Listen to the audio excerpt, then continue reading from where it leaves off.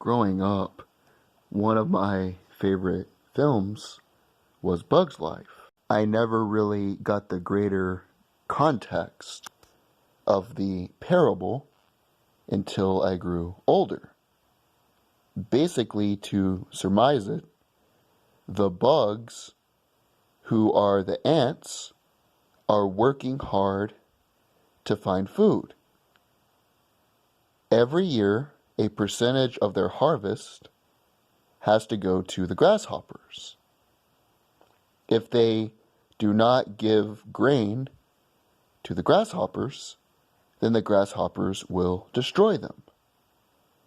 But what the ants don't seem to notice is, although one of them going up against one grasshopper will be smashed and crushed, if all of them join together, they way outnumber the grasshoppers. And there's a scene that is emblematic of this in the movie, where the grasshoppers are sitting at a bar, and Hopper, who is the main protagonist of the movie, says, "Look at this," and he throws a coconut at one of the grasshoppers. He says, "That's a little ant." All the grasshoppers look around and they start giggling. But then he starts throwing a lot of coconuts at one of the grasshoppers. And he says something to the extent of, because it's been a few years since I've seen the movie, one ant will get destroyed. But if these ants all form together, they can defeat us, because there are more of them than there are of us. There's maybe 4 or 5 grasshoppers, but there are hundreds of ants. In that movie, that parable is emblematic of society today. One of the things is that you can't have fear. The main way they grab power is power over your mind.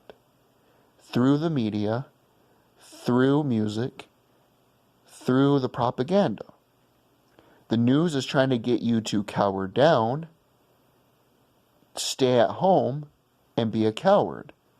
That way, when you have forced inoculations, even though in 1976 more people died from the vaccine than the virus itself, the flu virus, look it up, you can't go to churches in your car, then you are fearful. And when you are fearful, you are not thinking with your rational mind. When you're not thinking with your rational mind, you don't make good decisions. When you panic, when you're fearful, you are more susceptible to being under control. And that's what they want. They can't directly come and try to destroy us physically. They are shrewd enough, they are astute enough to understand that's not going to work.